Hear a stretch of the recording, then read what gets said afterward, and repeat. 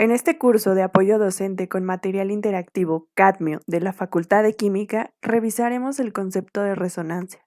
Acompáñanos.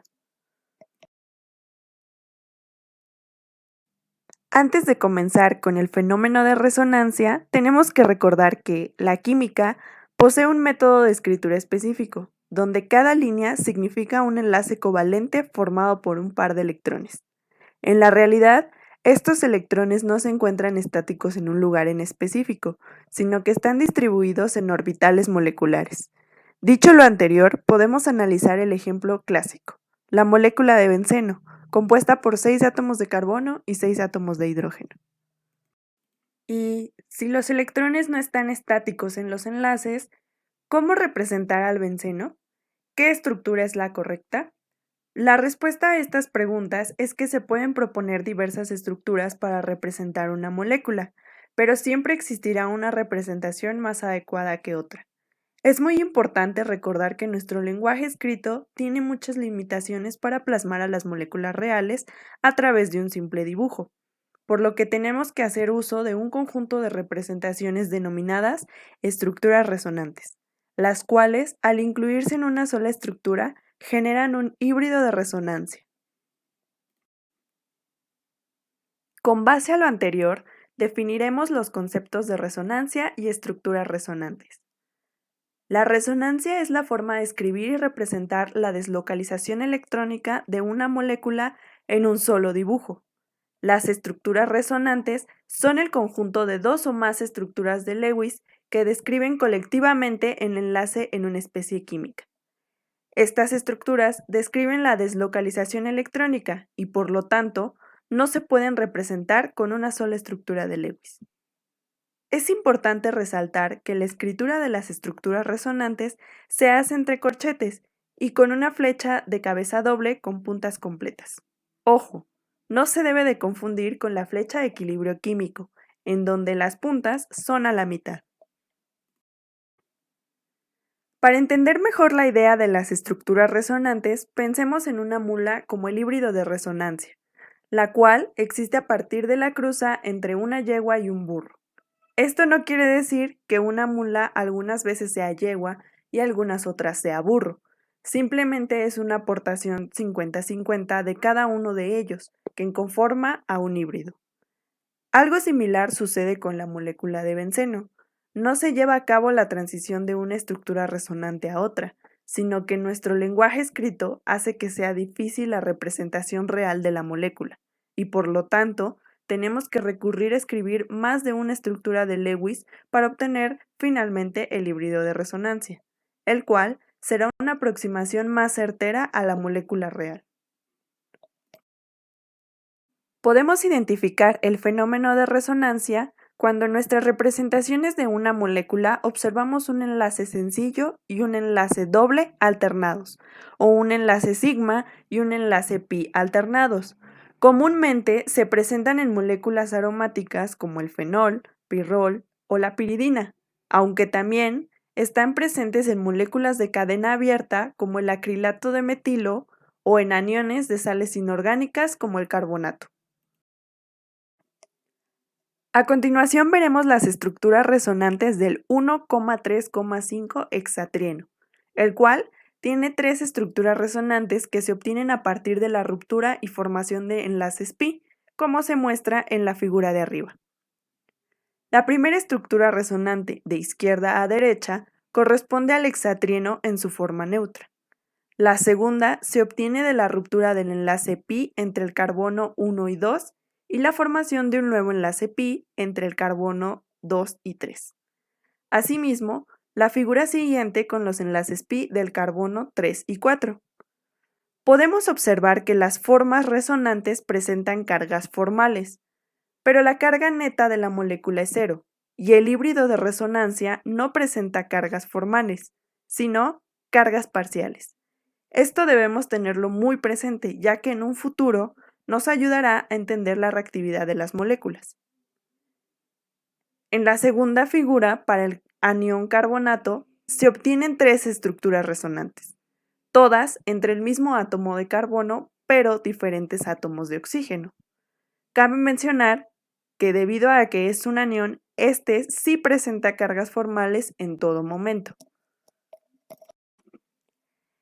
En el caso del fenol, observamos que tiene 5 estructuras resonantes, las cuales provienen de la ruptura y formación de los enlaces pi del anillo aromático.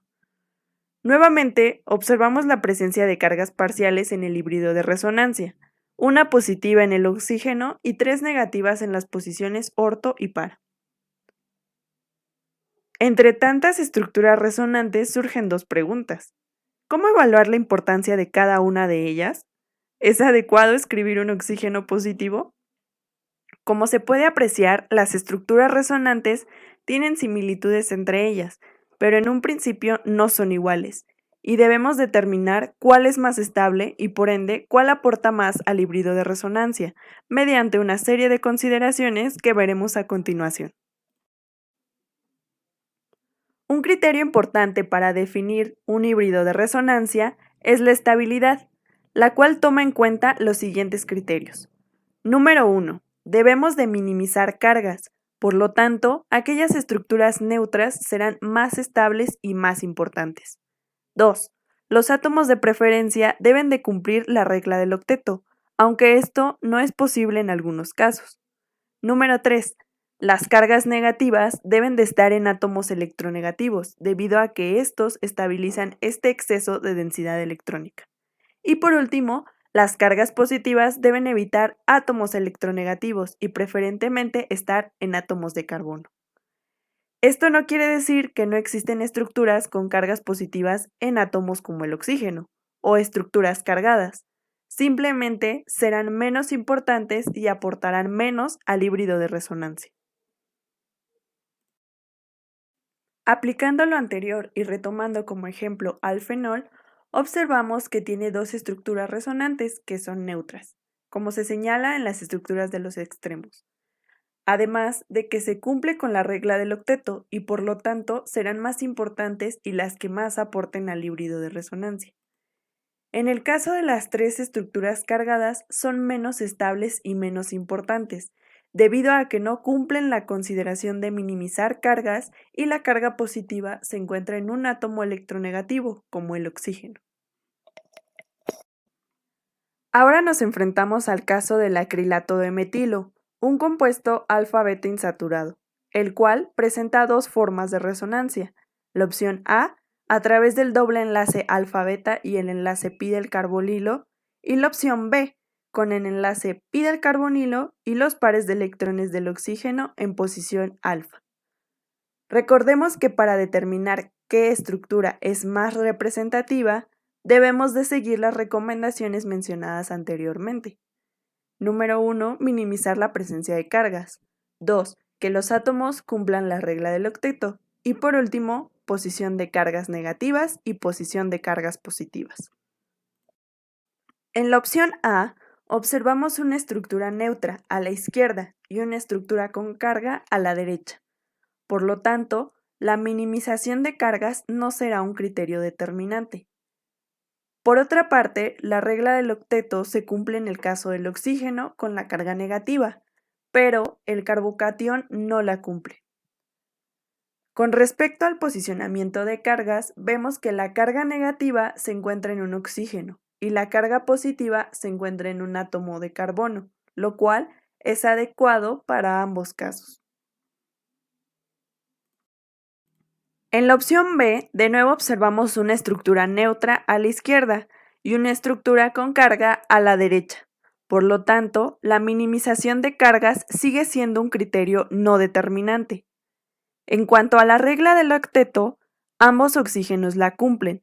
Sin embargo, en cuanto al posicionamiento de cargas, podemos observar que, aunque hay una carga negativa en un oxígeno, la carga positiva también está posicionada en un átomo de oxígeno diferente, lo cual no es muy adecuado. Una vez realizado el análisis de cada estructura, podemos decir que el híbrido de resonancia correspondiente a la opción A es el más importante, debido a que el posicionamiento de las cargas en los átomos es adecuado. Esto no quiere decir que la opción B no existe, solo que es menos importante que la opción A. Esto se comprueba experimentalmente cuando hacemos una adición de tipo Michael, en donde el nucleófilo se adiciona en la posición beta del acrilato de metilo, confirmando la opción de estructura predominante. Muy bien, en este momento ya podemos definir el concepto de resonancia y las estructuras resonantes. También podemos dibujar y determinar cuáles estructuras resonantes son más importantes y cuáles aportan más al híbrido de resonancia.